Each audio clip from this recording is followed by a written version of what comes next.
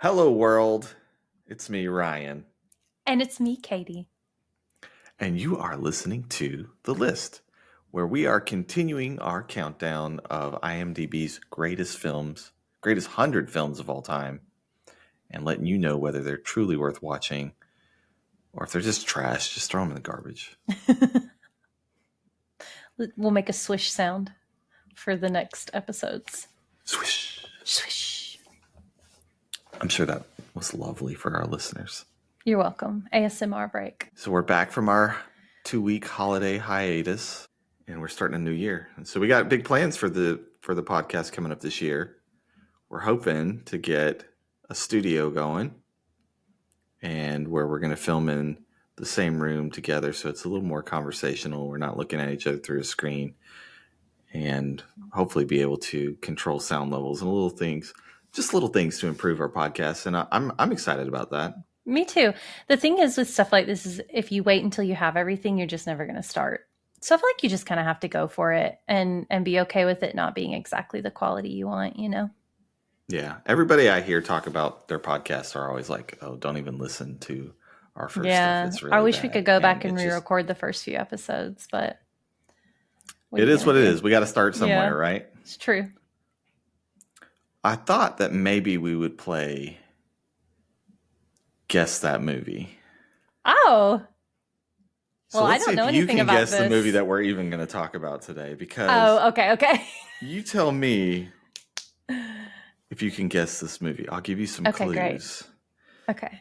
What does multiple personalities?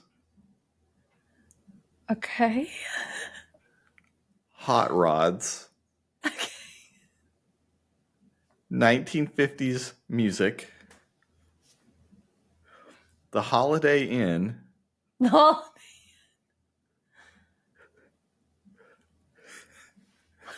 Marijuana.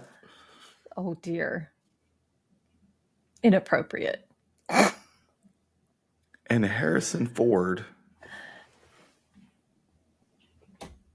All have in common. If you weren't going to say Harrison Ford, I was going to say that. They're all outlawed. No? Harrison close. Ford, Very close. Harrison Ford is outlawed. Yeah. No, we're talking about American Graffiti. I can't believe I was so close. So close. I will say, I walked in to see you before we started filming, and I was like, what movie are we talking about again? So I was a little lost on this one, but... Yeah, there's not multiple personalities in this movie. Yeah, what did that mean? Or is there? There's not a Holiday Inn in this movie. Or is there? You're befuddling me. I'm fully befuddled. Let's talk about it. Let's talk about it. Okay. So, for those of you who have not seen this film, American Graffiti is a 1973 film directed by George Lucas.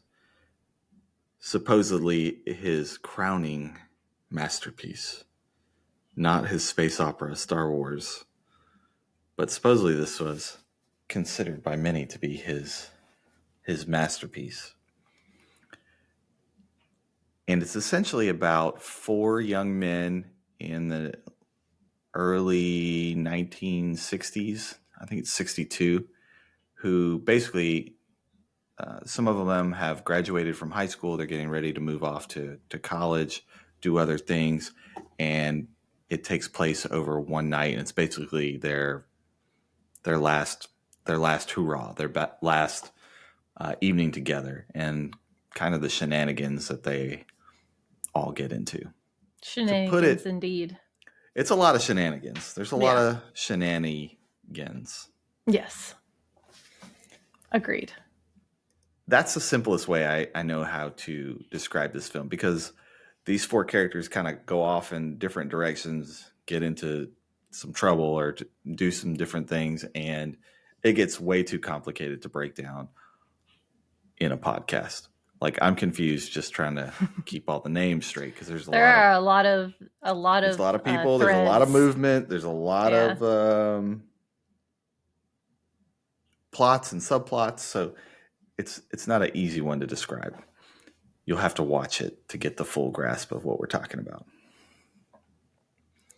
So that's the gist of the movie, basically. I was reading, and this is something I didn't know going into this movie, and it probably would have upped my enjoyment factor, is that this is a story actually based out of true life from George Lucas's life.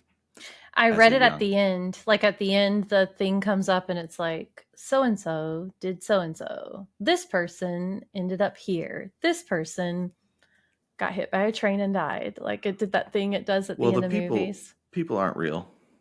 Wait, what? But Why did it do that at supposedly the they're end the then? 4 different personality traits of George Lucas. Oh, that's what you meant by so that's personality. what I mean by the multiple personalities. Oh, I had no idea. Why would he do that? You know, it's George Lucas. He likes to do funny things. That's so weird because at the end it said a couple of them died. So does he mean like different versions of himself died?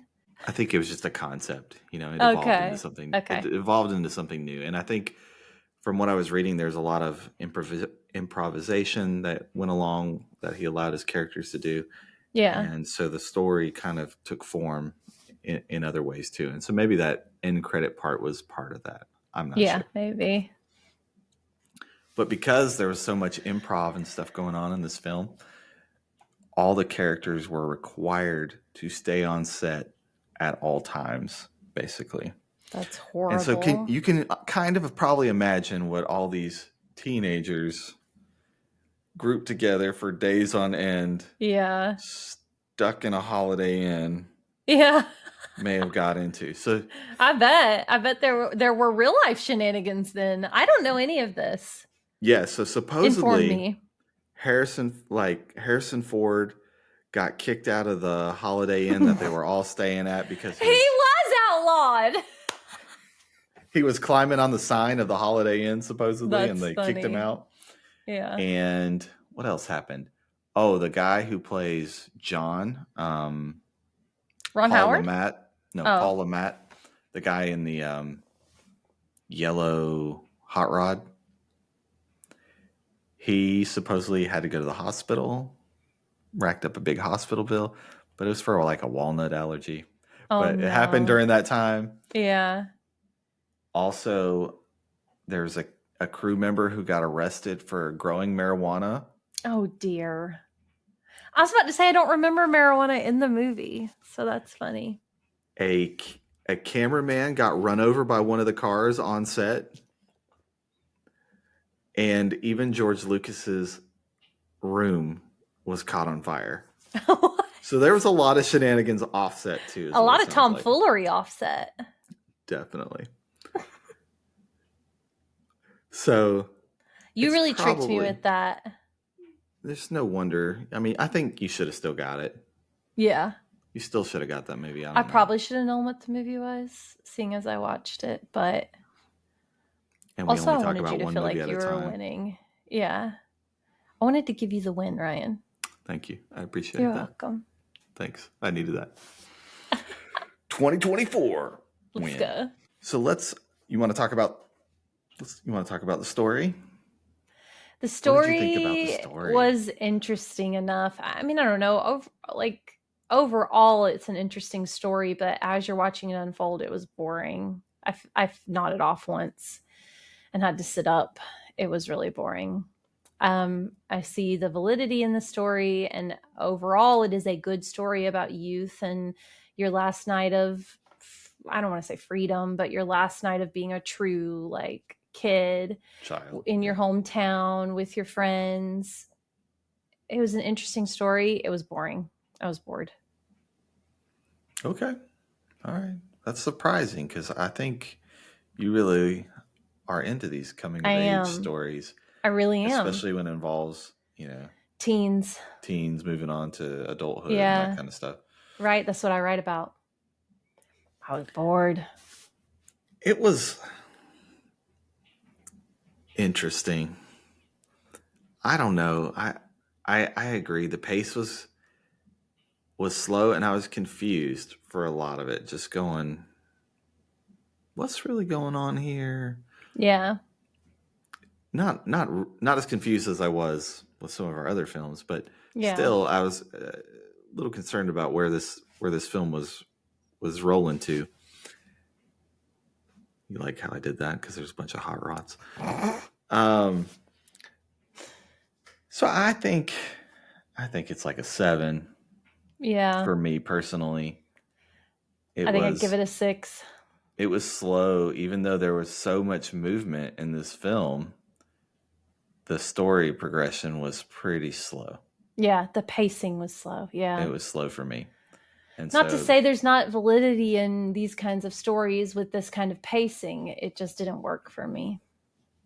yeah, it kept you kept getting into some interesting parts, and then it would kind of backtrack and take me to something that took some time to Yeah. build up to again. Right. I do think it improved as it got further into the climax of the movie, as it should. Otherwise, it would have Yeah. been a really bad film. Right. But it was kind of tough getting into it, especially first, I would say 45 minutes or so. Yeah, it was really boring. Supposedly, this movie was originally like 3.5 hours long, Very and they had to edit a ton of it because self-indulgent, I feel like. It was a self-indulgent, one of those kind of movies. Do you know what I mean?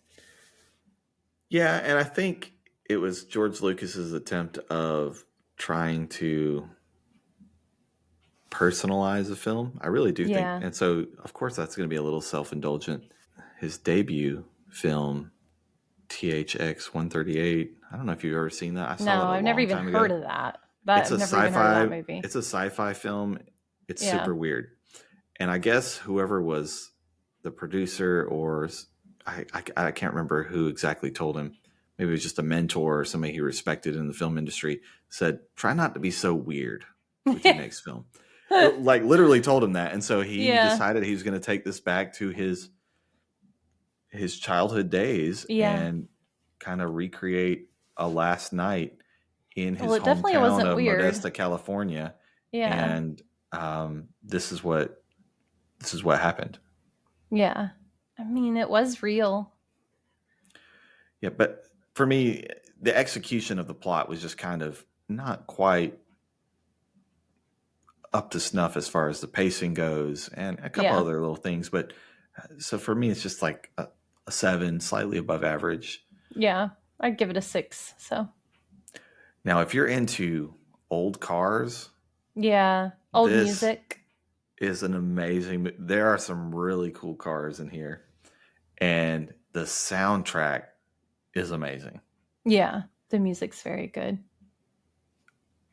I saw that there's 41 songs Really? in this movie, and they're all great oldies, like Yeah. fantastic. Only one that's not in there is the King. The King's not in there. Elvis. Well, since They my couldn't. They baby couldn't cut afford him, I me guess. from this movie show. Sorry. That's pretty good, actually. Thank you. What My about? biggest fan. You're his biggest fan. You're my biggest fan. Oh, that's probably true. It's true. What about the the acting? What did you think of the acting? It was great. The acting was great. Ron Howard's in this, and I feel like he's always, I mean, like sometimes he comes off a little OP, but that's because he was OP. But I really love him. And I thought all of the acting was good and true to youth. It captured what the director wanted it to capture. They did a very good job. A lot of real raw emotions. Yeah, it was very well acted. I'd give the acting probably a 9. It was good acting. It was good. I think Richard Dreyfuss. I mean, so this is like the first film for Richard Dreyfuss. I One of don't know who the that is. it's the guy who played Kurt. It was the guy who didn't want to Leave. He was having Or he second wanted, thoughts. he got the scholarship, but then didn't want to leave Mm-hmm. and was having some second thoughts. That's Richard Dreyfuss. He's very famous. Yeah, I've heard the name before. Ron Howard, a very young Harrison Ford. I was He's in. shocked to see Harrison Ford. You said, that's Harrison Ford. And I said, no, it's not. Yeah, And I didn't then you recognize were him at like, first, but yeah, then I it was like, is. yeah, that is Harrison Ford. Yeah. And there's a really brief moment where Suzanne Summers is in there. I didn't know that. I That's the didn't blonde notice. that he's chasing. He's driving with? No, that's the blonde Oh, woman that the one kid is chasing. Kurt sees, and he's chasing Yeah. her the whole film. Yeah. I That's didn't know her. that. And Paul Lamont and Charles Martin Smith, all pretty good big actors now. Yeah. Right? That's funny. I really liked Terry the Toad, the little Yeah, nerdy he guy. was good. I Yeah, thought he the was little great. I dork. thought he was perfect.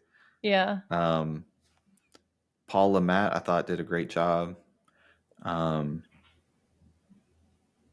Ron Howard and Richard Dreyfuss were probably a little on the weaker side for me. Do you think Ron Howard was on the weaker side, or you didn't like his character? I think Ron Howard's character was just very similar to other characters like Happy Days. Right? Yeah. Sure. That's who he reminded me of. You felt like it was just Ron Howard? I think it was just a same kind of character from him. Yeah. Right? Kind of opie-ish. I wouldn't say quite opie-ish, but definitely Happy Days is what it is, the vibes that it gave me. Yeah. Not only with just the setting, but just the way his character kind of acted. So I think, I don't know,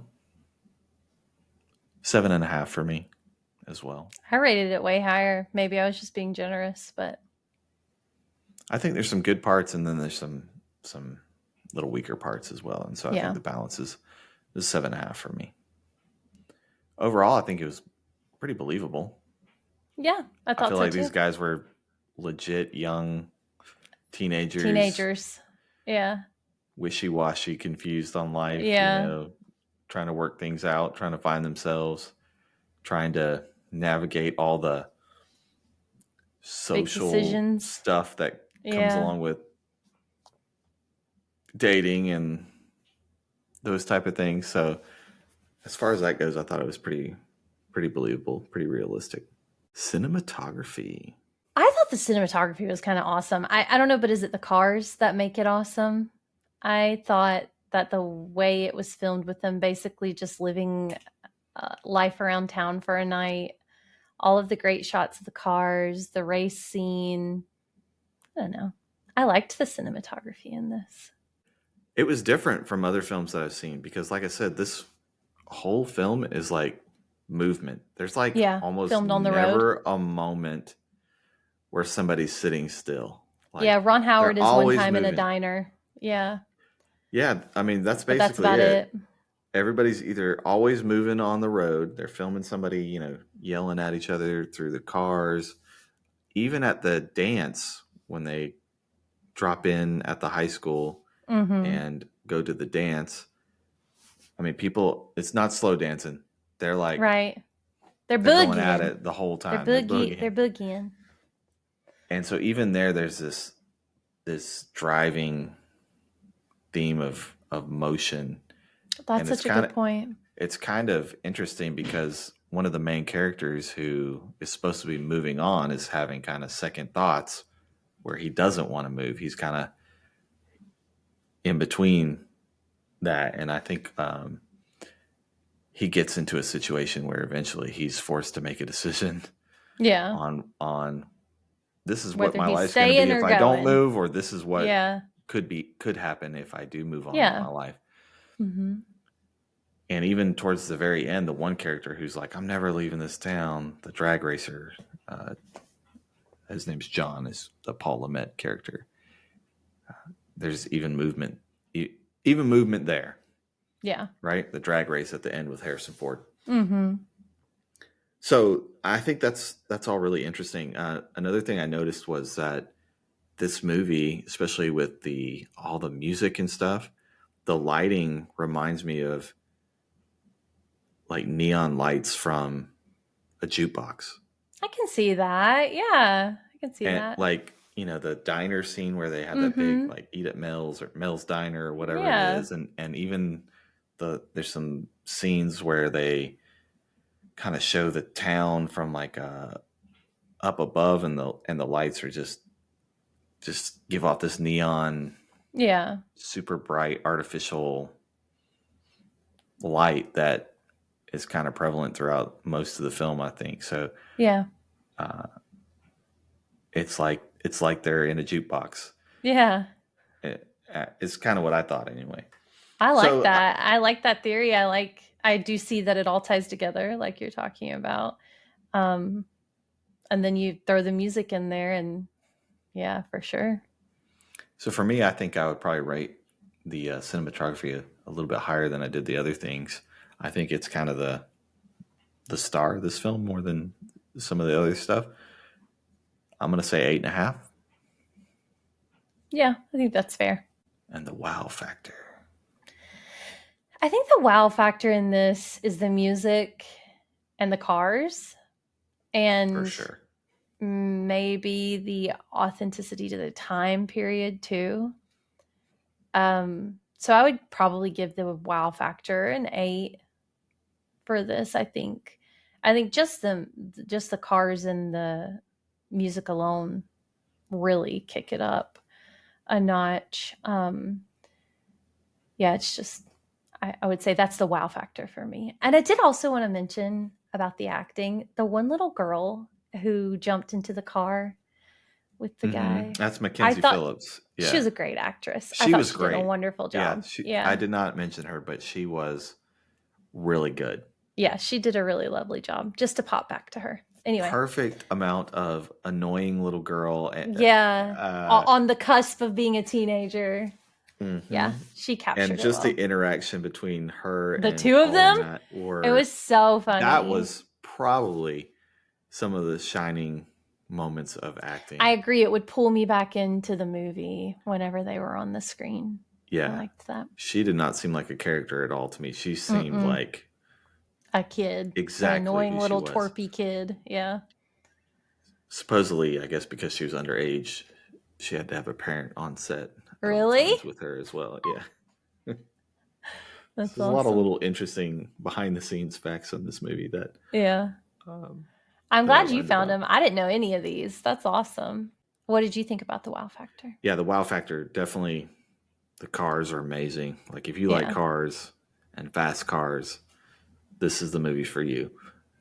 The music is fantastic, like exceptional. And the cinematography is up there for me as well.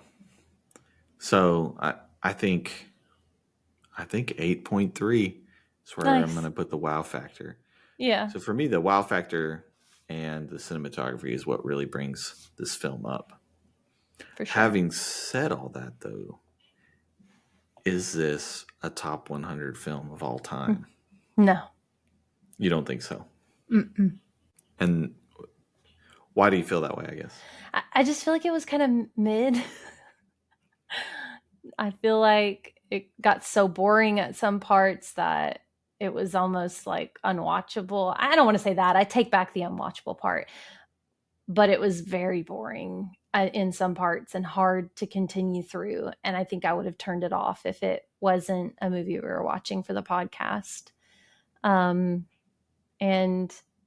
I guess I get that it is a reflection of teenage years and of motion and decision making and life-changing decisions, but it just wasn't enough to make it a top 100 movie for me. I think I agree with you. To me, it was just okay. It probably wouldn't have been something I would have continued to watch. And you know how I am. If I start a movie, I will finish it till the end. You're going to finish it. No matter what, almost, even if I don't want to. But it was a struggle for me. Just the execution made it a little tougher watch. Yeah. Bucket list movie? No. Definitely not. Not for me. No. Watch it if you have some time to kill. Go watch it. Yeah, for sure. I'm not saying it's a bad movie. I just don't think it's either of those things. So let's put it on our rank list then and just Okay. see if it makes the cut. Okay. You want me to go first or? I'm actually already have it shared if that's okay. Okay, go for it. My top one is Good Will Hunting and my bottom is African Queen. And I actually feel like African Queen and Stagecoach are both better movies, so I'm not putting American Graffiti on the top 10 list at all. Wow. Yeah, I think my list is just going to stay the way it is for right now. All right. Well, I will share mine as well. And I have Double Indemnity as my number 1 and North by Northwest as number 10 for me. And I'm not going to rank this one either. I'm not going to put it. I think all the movies that I have up there are actually better movies. Is this the first time we both haven't ranked a movie in the top 10? Yeah, I've done it, but you haven't done it. I haven't. Every single time. Yeah, every single time a movie's been replaced. So that's surprising. It's not a bad movie. It's just I just enjoyed the other ones a little bit better than this one. Agreed. And it's going to get harder and harder as we progress. I agree. The movies mostly are getting better and better. And the movies on the list are already great. So I agree. Is it appropriately named American Graffiti? I don't get it, really. Why is it named that? I don't know. Maybe they just pulled it out of a bucket. I have no idea. Pulled it out of a hat and they're like, this is what it's going to be called. People listening like pulling their hair out. I'm sure there is. Yeah. Because there's a big fan base for this movie, actually. And supposedly this movie was just all word of mouth and it made tons of money. I love that. I love it. It had a budget of like $750,000 and like more than half of it or more than 10% of it was spent on the music alone. Yeah. And I think it made over $600 million. That's crazy. It did great, especially for being a word of mouth film. Right. And I think it was up for some Academy Awards and everything, but I think it got beat out by The Sting that year with Robert Redford. I don't know that movie either. I have it on. Actually, it may be on the list. I'll have to look. I know I have it on my Netflix list, but that might be one we should watch. It looks fun. But I think the film is about a bunch of different things because I think the characters all have something interesting to comment on life. Like the one guy, the John in the yellow. It's almost kind of cool how each character is also represented by their car. Yeah. Like, so you have this dude in his yellow hot rod, John, who he's like, I'm never going to leave this town. There's, nothing's going to change. But then also he has this sense of like everything around him is kind of like dying and the good old days are gone. Yeah. And even towards the end of the movie, he realizes that when he wins the drag race. Yeah. But at what cost? Only because the other guy wrecked. Mm-hmm. He was going to get beat. If the guy didn't. And he was just kind of like, I'm out of my heyday. He's like, I'm out of my heyday, basically. Yeah. And so I thought his character was pretty interesting. Even the little nerdy dude, Terry the Toad, he was interesting character. He didn't really have his own car, so he was just bumming. Yeah. And it changed who he was. Howard's. He got the car and then he felt different about himself and reacted different to the world. Yeah. Yeah. Gained some confidence and kind of changed him as well with a little bit of that freedom. And Kurt, who's played by Richard Dreyfuss, his character is really the only one who doesn't have his own car until the very end when he decides to leave, because he leaves it at the drive-in. And so he's not really taking control of his life. It's like he's just kind of going wherever, even though supposedly he's the one that has the most potential. You know, he's the one who got the scholarship. Right. And he really doesn't make a firm decision on what he's going to do until he sees what life's going to be like if he doesn't go off and go to school like he said he's going to this entire time, because he gets mixed up with the gangsters, right? And so he's going to become a gangster. He's going to be stuck in this life of crime and forced to do things he doesn't want to do, or he's going. Yeah. And so I think that's the final cause that propels him into finally getting into motion. And then you have Ron Howard's character, who is ready and gung-ho to leave, and then towards the end realizes, he doesn't know anymore. Why am I going off to look for something when I already have it here? Right. And so I think those are all really valid emotions that every person has when they're starting off on a journey through life, especially, you know, graduating, going off to school, or starting that next phase in their life. So reflecting on that is actually pretty interesting. However, I was not smart enough to realize. Well, I did realize some of that during the time when I was watching it. I mean, I think watching it, you see what's going on and can still be bored by the way that it's happening. Yeah, get to the point. I definitely caught on to Kurt's issue like very quickly into the film. The other guys took a little bit of a reflection afterwards. I actually kind of called it while I was watching it in my head. I was like, it's going to just be reversed. They're the one who doesn't want to go is going to go, and the one who refuses to stay is going to stay. I just felt it in my bones. It was pretty clear felt from the beginning. I kind of felt the same way, and that's kind of what happened. Mm-hmm. In case you haven't realized, we spoiled. Spoiler alert! Spoiler alert! After the fact. Excuse us. My bad. Pardon. But still don't like it. Me either. But it's interesting to talk about. For sure. Well, thanks for talking about American Graffiti with us. Make sure to tune in next week when we will be talking about The Graduate. And make sure to follow Dustin us. Hoffman movie. I know who that is. Make sure to follow us on Instagram, Ryan and Kat's List, and let us know if you have any thoughts in the YouTube comments, or email us, or message us on Instagram, or leave us a voicemail. Bye, guys. Bye-bye.